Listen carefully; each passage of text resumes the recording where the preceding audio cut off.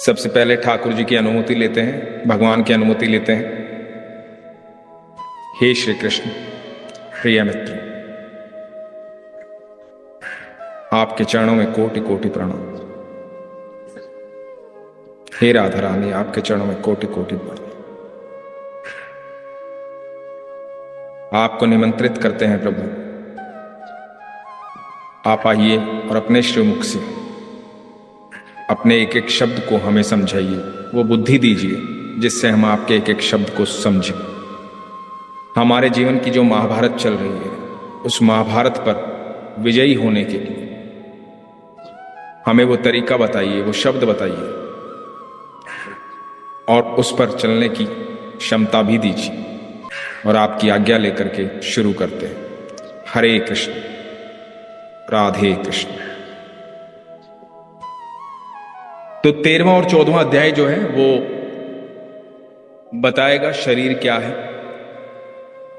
इससे ठाकुर जी अर्जुन को बता रहे हैं कि शरीर क्या है, आत्मा क्या है, प्रकृति के गुण क्या हैं, किस प्रकार तुम मुझे पा सकते हो, किस प्रकार के गुणों वाला व्यक्ति कहां पहुंचता है, उसके कर्म कैसे होते हैं, किस प्रकार उसका अगला जन्म निर्धारित होता है। ये सब आज भगवान अर्जुन को बताएंगे, क्योंकि अर्जुन जानना चाहते हैं भगवान से कि ये शरीर क्या है और आत्मा क्या है।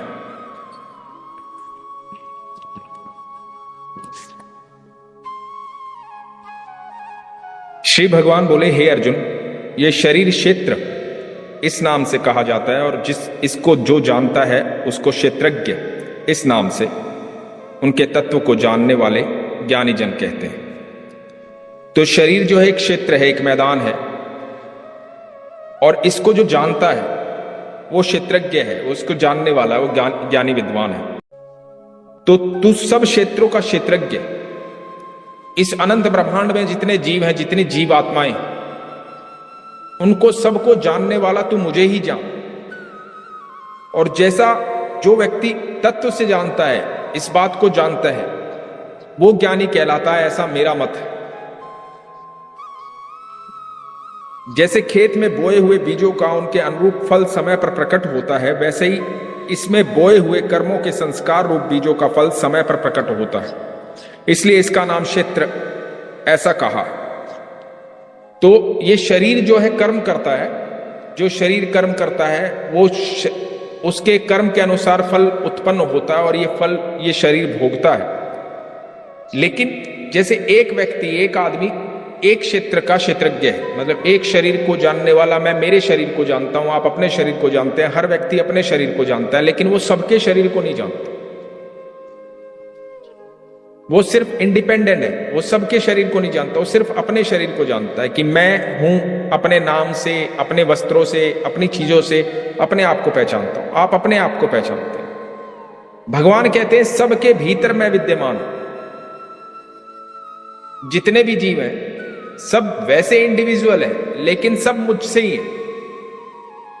तो सबका क्षेत्रज्ञ, सबका जानने वाला मैं हूं, सबका निर्माता मैं हूं। सबके भीतर जो ऊर्जा है वो मेरी ऊर्जा है, जिसकी वजह से सब चल रहा है।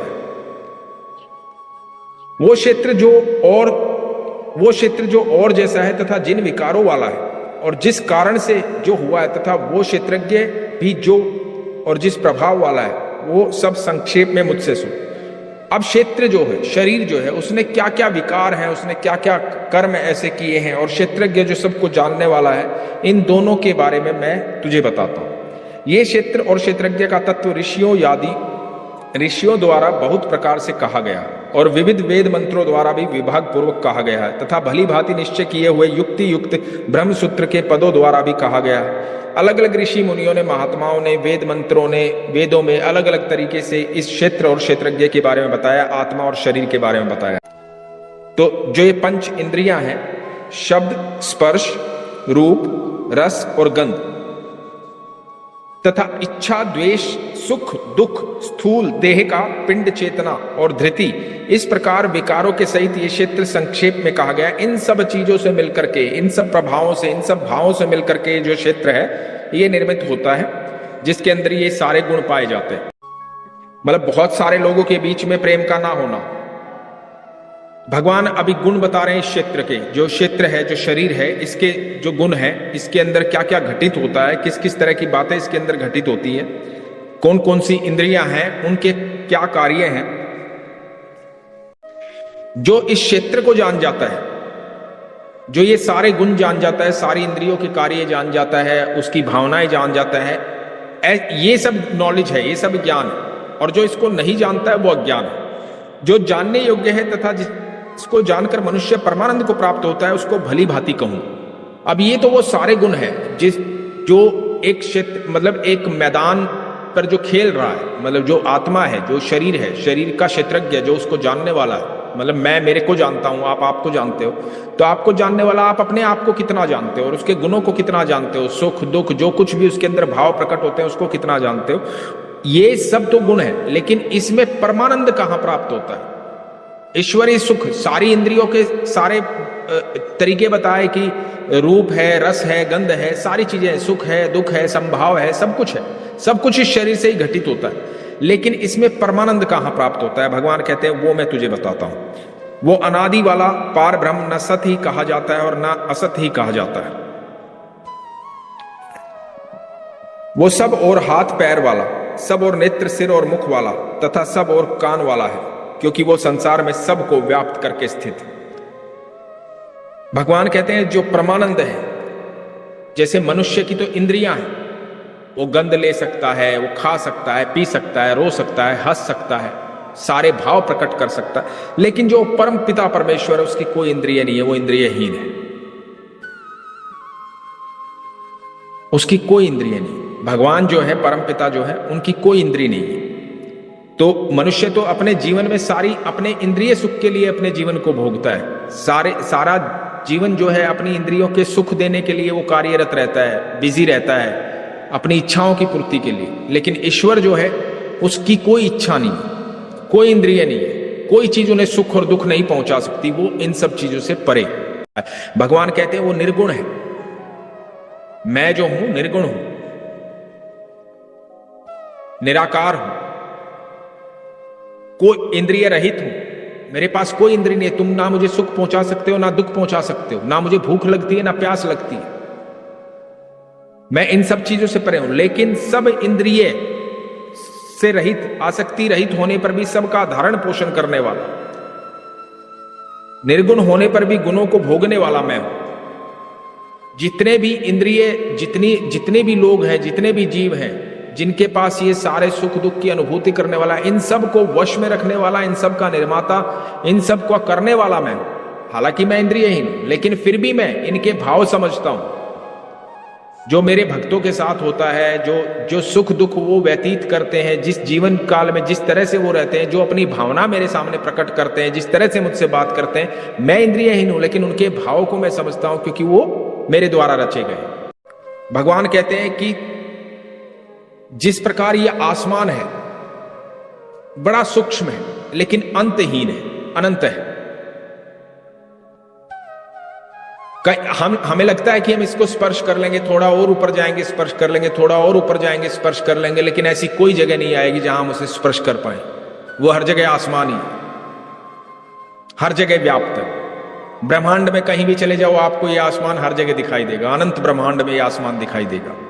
तो भगवान ऐसे ही सूक्ष्म है और सारे अनंत ब्रह्मांड में छाए हुए हैं, और सूक्ष्म इतने हैं कि वो कण कण में विद्यमान, हर जगह विद्यमान, अनंत है।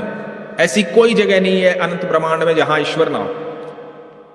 तो कहते हैं भगवान कि मैं बहुत दूर हूं हर चीज से, लेकिन जब तुम समीप पाना चाहोगे, मुझे अपने पास पाना चाहोगे, तो मैं तुम्हारी सिर्फ एक पुकार से दूर हूं, मतलब मैं तुम्हारे उतना ही पास हूं जितना तुमसे दूर हूं। मैं बहुत दूर हूं, लेकिन जितना दूर तुम समझ रहे हो, हर व्यक्ति को लगता है कि भगवान तो ऊपर आसमान में बैठे हैं, भगवान उस लोक में बैठे हैं, भगवान उस लोक में बैठे हैं, बहुत दूर है, जाना संभव है। हम चांद तक, सूरज तक जाने में, अभी तक चांद पर जाने में एक्सपेरिमेंट हो रहे हैं, सूरज तक अभी हम पहुंचे नहीं है, मंगल तक जाने की हम बात कर रहे हैं। तो ये तो एक गैलेक्सी है। तो हमें लगता है कि भगवान तो इन सब से परे कहीं वैकुंठ में बैठे हैं। तो भगवान कहते हैं मैं बहुत दूर हूं, लेकिन जितना मैं दूर हूं उतना ही तुम्हारे पास भी हूं। तुम्हारी एक आवाज में मैं प्रकट होता हूं, तुम्हारी एक आवाज में तुम्हारे पास आता हूं। आकाश जिस प्रकार वायु, अग्नि, जल और पृथ्वी का कारण रूप होने से उनको व्याप्त करके स्थित है, वैसे ही परमात्मा भी सबका कारण रूप होने से संपूर्ण चराचर जगत को व्याप्त करके स्थित है। जैसे सूर्य की किरणों में स्थित हुआ जल सूक्ष्म होने से साधारण मनुष्यों के जानने में नहीं आता, वैसे ही सर्वव्यापी परमात्मा की सूक्ष्म होने के साधारण मनुष्यों के जानने में नहीं आता। वो परमात्मा सर्वत्र परिपूर्ण और सबका आत्मा होने से अत्यंत समीप है। श्रद्धा रहित अज्ञानी पुरुषों के लिए न जानने के कारण बहुत दूर है। जो नहीं जानते उनके लिए बहुत दूर है, लेकिन जो जानते हैं वो हर समय हर क्षण अपने साथ उसको महसूस करते हैं, हर पल उसको अपने साथ महसूस करते हैं। जिस प्रकार सूर्य जो है पानी को सूक्ष्म बना लेता है, वाष्प बना देता है, लेकिन उससे पानी थोड़ी खत्म हो जाता है। पानी तो पानी होता है, लेकिन सूर्य की किरण से अब वो किसी को दिखाई नहीं देता, लेकिन वो होता है ना। तभी तो बादल बरसते हैं, जाकर के पानी इकट्ठा हो, तभी तो फिर पानी रूप में फिर आता है। पानी पहले पिया जाता है, फिर बारिश होती है, फिर आता है। तो पानी है। तो भगवान हर जगह व्याप्त हैं। उनका दिखना और ना दिखना आपकी भक्ति पर निर्भर करता है कि आप कितने ज्ञानी पुरुष हैं, कितना उनसे प्रेम करते हैं, कितने आपके पास वो नेत्र हैं क्या जो जिनसे उनको देख सकते हैं, वो भावनाएं हैं क्या जिनसे वो देख सकते हैं। तो वो अज्ञानी पुरुष के लिए बहुत दूर है, और ज्ञानी पुरुष के लिए जो उनको जानता है, जो उनसे प्रेम करता है, उनके लिए वो बहुत समीप है, बहुत पास है। वो परमात्मा विभाग रहित एक रूप से आकाश के सदृश परिपूर्ण होने पर भी चराचर संपूर्ण भूतों में विभक्त सा स्थित प्रतीत होता है, तथा वो जानने योग्य परमात्मा विष्णु रूप से भूतों का धारण पोषण करने वाला और रुद्र रूप में संहार करने वाला तथा ब्रह्म रूप में सबको उत्पन्न करने वाला है। वही परमेश्वर, वो परमपिता परमेश्वर जिनकी ऊर्जा से अनंत ब्रह्मांड जो है चलायमान है, जिनकी ऊर्जा से सब कुछ चल रहा है, वही भगवान विष्णु के रूप में सबका पालन करते हैं। भगवान शिव के रूप में, महादेव के रूप में सबका संहार करते हैं, और ब्रह्मा जी के रूप में सबको उत्पन्न करने वाले हैं। वो एक ही ऊर्जा है, जिनके नाम ब्रह्मा विष्णु महेश हैं। वो परम पिता परमेश्वर एक ही है, जो अपने इसी स्वरूप में इस नाम से जाने जाते हैं, से स्थित है। ऐसा कोई जीव नहीं है इस अनंत ब्रह्मांड के अंदर जिसके अंदर ईश्वर विद्यमान ना हो। जैसे दीपक तले अंधेरा होता है, ऐसे मनुष्य के जीवन में परमेश्वर अंदर होते हुए भी वो उसकी बाहर तलाश करता रहता है। जैसे मृग तृष्णा, जैसे एक मृग की नाभि में कस्तूरी होती है और वो भटकता रहता है, भागता रहता है। उस कस्तूरी की खुशबू तो उसे आती है, लेकिन उसे ढूंढने इधर उधर भागता रहता है, और कस्तूरी उसकी नाभि में होती है। तो ईश्वर हम सबके भीतर विद्यमान, वो भीतर विद्यमान है, तभी उसकी ऊर्जा से, परमात्मा की ऊर्जा से, परमेश्वर की ऊर्जा से ही हमारी जो है सांसें चल पा रही हैं, हम जीवन को जी पा रहे हैं, हम सब कुछ देख पा रहे हैं। ये सब उन्हीं की ऊर्जा से हो रहा है। इस प्रकार क्षेत्र तथा ज्ञान और जानने योग्य परमात्मा का स्वरूप संक्षेप से कहा गया। मेरा भक्त इसको तत्व से जानकर मेरे स्वरूप को प्राप्त होता है। भगवान कहते हैं कि जो इस बात को जान जाता है, इस पर विश्वास कर लेता है, और जो भगवान ने उससे पहले कहा है कर्मयोगी बनने की, संभावी होने की, ये सारे कार्य जो अपने जीवन में कर लेता है, तो वो मेरे स्वरूप को प्राप्त होता है, वो मुझ में समाहित होता है। उस पर जन्म और मृत्यु का, किसी काल का, किसी युग का कोई फर्क नहीं पड़ता। वो कभी किसी युग में फिर नहीं आएगा धरती पर। वो मुझ में समाहित हो गया, मेरे स्वरूप को प्राप्त हो गया, मुझ में समाहित हो गया। तो जो ऐसा व्यक्ति होता है, ऐसा भक्त होता है, ऐसा प्रेमी होता है, तो वो स्वयं कृष्ण हो जाता है। मतलब वो कृष्ण के भीतर ही चला जाता है, स्वयं कृष्ण हो जाता है। प्रकृति और पुरुष, इन दोनों को ही तू अनादि जान, और राग द्वेष आदि विकारों का तथा त्रिगुणात्मक संपूर्ण पदार्थों को भी प्रकृति ही उत्पन्न जान। कार्य और करण को उत्पन्न करने में हेतु प्रकृति कही जाती है, और जीवात्मा सुख दुखों के भोक्तापन में अर्थात भोगने में हेतु कहा जाता है। आकाश, वायु, अग्नि, जल और पृथ्वी तथा शब्द, स्पर्श, रूप, रस, गंध, इनका नाम, ये जो कार्य है, ये जो जितनी भी हमारी इंद्रियां हैं जो भोगती हैं, जो कारण बनती हैं, ये प्रकृति के 3 गुणों से बंधी हुई हैं। 3 ही गुण हैं, जो सारी चीजें जो घटित हो रही हैं वो 3 गुणों से बंधी हुई है प्रकृति के। भगवान कहते हैं प्रकृति में स्थित ही पुरुष प्रकृति से उत्पन्न त्रिगुणात्मक पदार्थों को भोगता है। इन तीनों गुणों को जो मनुष्य है, वो जो भी जीव है धरती पर, वो सारे जीव इन तीन गुणों को भोगते हैं और इन गुणों का संग ही इस जीवात्मा के अच्छी बुरी योनियों में जन्म लेने का कारण है। ये तीन गुण ही ऐसे हैं जिन गुणों को वो अपनाता है उससे उनका जन्म निर्धारित होता है कि वो साधु संत बनेंगे, महात्मा बनेंगे, मनुष्य बनेंगे, पशु बनेंगे, क्या बनेंगे, कीड़े मकोड़े बनेंगे, क्या बनेंगे। ये तीन गुणों में से जिस गुण की आप अधिकता अपने शरीर के द्वारा अपने वो कर्म करते हैं, उस जिस गुण में अधिकता में अपने कर्म करते हैं, जिस गुण के आप हैं, इन तीन ही गुण है जिससे पूरी प्रकृति चल रही है, त्रिगुणात्मक प्रकृति है। तो इन तीन गुणों में से जिस गुण को आप अपनाते हैं उसी पर आपका जीवन आगे का भी निर्धारित होता है और ये जीवन भी निर्धारित होता है। इस प्रकार पुरुष को गुणों के सहित प्रकृति को जो मनुष्य तत्व से जानता है वो सब प्रकार से कर्तव्य कर्म करता हुआ भी फिर नहीं जन्मता। अब जो ये तीन गुणों को जानता है और उसको जिसको ये ज्ञान हो गया है कि भाई कौन से गुण में रहने से क्या प्राप्त होता है, किस गुण में रहने से अपने स्वभाव को, किस गुण में अपने कर्मों को किस गुण में लगाऊं, उससे मुझे क्या प्राप्त होगा, ऐसा व्यक्ति जब जान जाता है कि ये वो गुण है जिससे परमात्मा की प्राप्ति होती है तो वो व्यक्ति फिर कभी जन्मता नहीं है, वो मेरे स्वरूप में विलीन हो जाता है। उस परमात्मा को कितने ही मनुष्य तो शुद्ध हुई सूक्ष्म बुद्धि से ध्यान के द्वारा हृदय में देखते हैं, अन्य कितने ही ज्ञान योग के द्वारा और दूसरे कितने ही कर्म योग के द्वारा देखते हैं, अर्थात प्राप्त करते हैं। भगवान ने पहले ज्ञान योग की, ध्यान योग की और कर्म योग की बातें की हैं। तो भिन्न भिन्न रास्तों से जिस रास्ते पर आप जाना चाहते हैं उस रास्ते से आपको भगवान की इस प्रकार से प्राप्ति हो सकती है। ये आप पर निर्भर करता है कि आप कर्म योगी होना चाहते हैं, ध्यान योगी होना चाहते हैं, ज्ञान योगी होना चाहते हैं।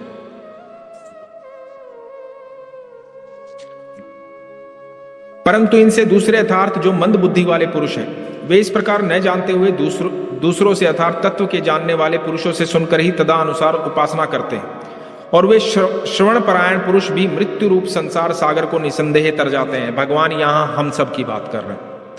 इससे पहले बात की ज्ञानियों की, कर्मयोगियों की, ध्यान योगियों की, अब साधारण पुरुषों की, हम लोगों की बातें कर रहे हैं। भगवान कहते हैं कुछ ऐसे भक्त होते हैं जो दूसरों से मेरे बारे में जान करके प्रभावित होते हैं, जो जानते हैं कि मैं कौन हूं, तो वो तत्व से जानने का, वो पूरा जीवन तत्व से जानने का प्रयास नहीं करते, सारे कार्य करते हुए वो मुझे जानते हैं और मुझसे प्रेम कर बैठते हैं। और जब मुझसे प्रेम कर बैठते हैं तो अपने कार्यों में, अपने कर्म में वो सुधार करते हैं।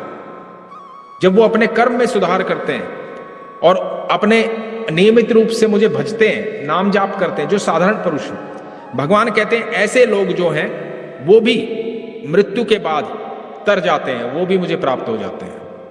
यदि वो किसी दूसरे से सुनकर के, मुझे भगवान के बारे में दूसरे से सुनकर के अपना रहे हैं, किसी संत महात्मा की वाणी से, वो खुद उतने गहन अध्ययन में नहीं गए हैं, लेकिन उन्होंने किसी से सुना और वो प्रभावित हो गए और भगवान का ध्यान करने लगे, नाम जप करने लगे, निरंतर पूजा पाठ करने लगे, तो भगवान कहते हैं ऐसे लोग जो साधारण मनुष्य, जो जीवन में कार्य कर रहे हैं, साधारण जीवन में गृहस्थ होते हुए भी ऐसे लोग भी मुझे प्राप्त होते हैं। भगवान उनके लिए भी मार्ग खोलते हैं।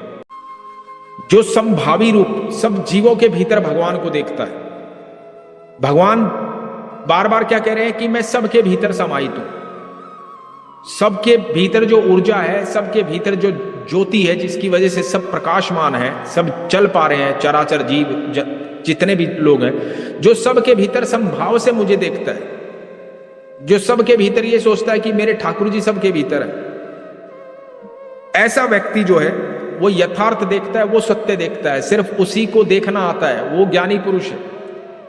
जब ऐसा भाव जिसके अंदर आ जाता है ना कि सबके भीतर मेरे भगवान समाहित है, हर चीज के अंदर मेरे भगवान समाहित है, जो कण कण में विद्यमान ईश्वर को देखता है, भगवान कहते हैं वो यथार्थ देखता है, वही सत्य देखता है। क्योंकि जो पुरुष सब में संभाव से स्थित परमेश्वर को समान देखता हुआ अपने द्वारा अपने को नष्ट नहीं करता, इससे वो परम गति को प्राप्त होता है। ऐसा व्यक्ति परम गति को प्राप्त होता है क्योंकि वो नष्ट नहीं होता। उसे हर बार हर जगह ये पता है कि हर जगह मेरे भगवान मेरे साथ है, हर पल भगवान मेरे साथ है, हर जीव के भीतर मेरे भगवान है। तो वो सबका सम्मान करता है, सब के किसी से द्वेष नहीं करता, किसी से ईर्ष्या नहीं करता, किसी से झगड़ता नहीं है, ना अत्याधिक प्रेम करता है, ना मोह करता है, ना दुखी होता है, ना सुखी होता है, समभाव में रहता है क्योंकि सबको एक समान रूप से देखता है, सबके भीतर भगवान को देखता है। तो ऐसा व्यक्ति सीधा मुझे प्राप्त होता है, परम गति को प्राप्त होता है। और जो पुरुष संपूर्ण कर्मों को सब प्रकार से प्रकृति के द्वारा ही किए जाते हुए देखता है और आत्मा को अकर्ता देखता है, वो यथार्थ देखता है। जो व्यक्ति कर्मयोगी होता है, जो निष्काम कर्म करता है, भगवान ने पहले भी कर्मयोग की बात की है। भगवान वही कह रहे हैं कि जो व्यक्ति सारे कर्मों को करते हुए भी ये सोचता है कि इसका कर्ता मैं नहीं हूं,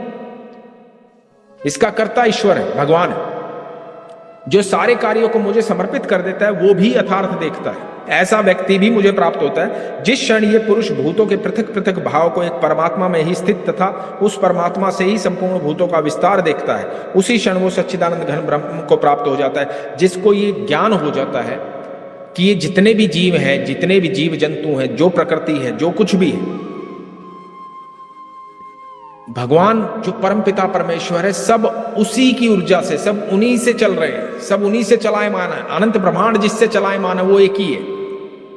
वो दिख रहा है, अनेक है, कण कण में दिख रहा है, हर जीव के भीतर दिख रहा है, दिख अनेक रहा है, लेकिन वो एक ही है। एक ही की ऊर्जा से सब कुछ चल रहा है। वो हमें दिख रहा है कि ये अलग है, ये अलग है, ये अलग है, लेकिन इन सब के भीतर जो एक संपूर्ण ऊर्जा है वो एक है। जो ये मान जाता है वो उसी समय ब्रह्म को प्राप्त होता है, भगवान को प्राप्त होता है। हे अर्जुन, अनादि होने से और निर्गुण होने से ये अविनाशी परमात्मा शरीर में स्थित होने पर भी वास्तव में न तो कुछ करता है और न लिप्त ही होता है। जो भगवान अपने बारे में कहते हैं कि मैं न, जो परम पिता, जो परमात्मा, जो ऊर्जा शरीर के भीतर है, ये किसी चीज में लिप्त नहीं होती। आपके शरीर के कर्म है, आत्मा भीतर ही है, लेकिन शरीर कर्म कर रहा है, तो शरीर जो कर्म कर रहा है उसके प्रारब्ध भी शरीर ही काटेगा। आत्मा जो है वो कभी मरती नहीं है, वो अजर अमर है। आत्मा, ये शरीर जो है, शरीर भोगेगा सारी चीजों को, क्योंकि यही कर्म कर रहा है, यही भोगेगा। तो आत्मा किसी कार्य में लिप्त नहीं होती है, किसी भी प्रकार के सुख दुख में लिप्त नहीं होती है। ये शरीर जब तक है, ये शरीर, ये पोशाक जब तक पहन रखी है, जब तक वो महसूस हो रहा है। जिस दिन ये शरीर त्याग दोगे तो ये शरीर के साथ ये सारे कर्म, ये सारी सुख सुविधाएं, सब कुछ खत्म हो जाएगा यहीं पे। आत्मा जैसी थी वैसी निकल करके चली जाएगी, दूसरा शरीर धारण करेंगे। तो जैसा ये शरीर कर्म करेगा वैसे प्रारब्ध इस शरीर को ही काटना। तो बेसिकली ये जो जमीन है, इस पर जो फसल बोई जाएगी वही फसल काटी जाएगी। ये क्षेत्र, जो भगवान बार बार क्षेत्र की बात कर रहे हैं, तो जो क्षेत्र है, जो ये मैदान है, इस पर जैसी फसल बोई जाएगी वैसी ही काटी जाएगी। और जो क्षेत्रज्ञ है वो देख रहा है इसको, यदि वो इस जमीन को जानता है अच्छे से बोना, तो अच्छे से उपजाएगा। यदि वो इसको शुद्ध कर लेगा, वो जो आत्मा है, परमात्मा, उसका और इसका मिलन हो गया, तो वो जीवन में कभी कोई गलत कार्य करेगा ही नहीं। भगवान कहते हैं ऐसा व्यक्ति सीधा मुझे प्राप्त करेगा, और उसको प्राप्त करने के उन्होंने तरीके बताए हैं। जो कर्मयोगी हो जाए, जो समभावी हो जाए, नहीं होता। जिस प्रकार ये आकाश है तो आकाश है, लेकिन ये स्पर्श नहीं होता है, कहीं किसी से लिप्त नहीं है, फ्री है। जितना आगे जाओगे उतना आगे चला जाएगा, तो ये किसी से लिप्त नहीं है, पर ये है ना, ये तो हमें दिख रहा है कि वो तो परमेश्वर अंदर है, सबके भीतर है, इस आसमान की तरह, इस आकाश की तरह, लेकिन लिप्त नहीं है कहीं भी किसी भी चीज से। हे अर्जुन, जिस प्रकार एक ही सूर्य इस संपूर्ण ब्रह्मांड को प्रकाशित करता है, उसी प्रकार एक ही आत्मा संपूर्ण क्षेत्र को प्रकाशित करता है। तो जैसे एक सूर्य से सब कुछ प्रकाशमान है इस ब्रह्मांड के अंदर, उसी प्रकार एक परमेश्वर से अनंत ब्रह्मांड प्रकाशमान, सारे जीव चराचर, ये जो भीतर की आत्मा है, सब प्रकाशमान है उस एक परमेश्वर से।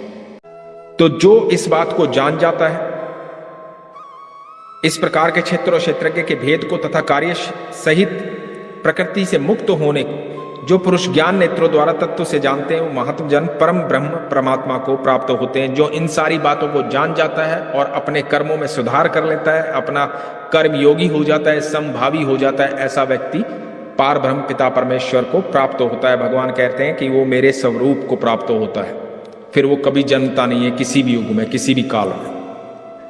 तो यहां पर हमारा 13वां अध्याय पूर्ण हुआ। हरे कृष्ण।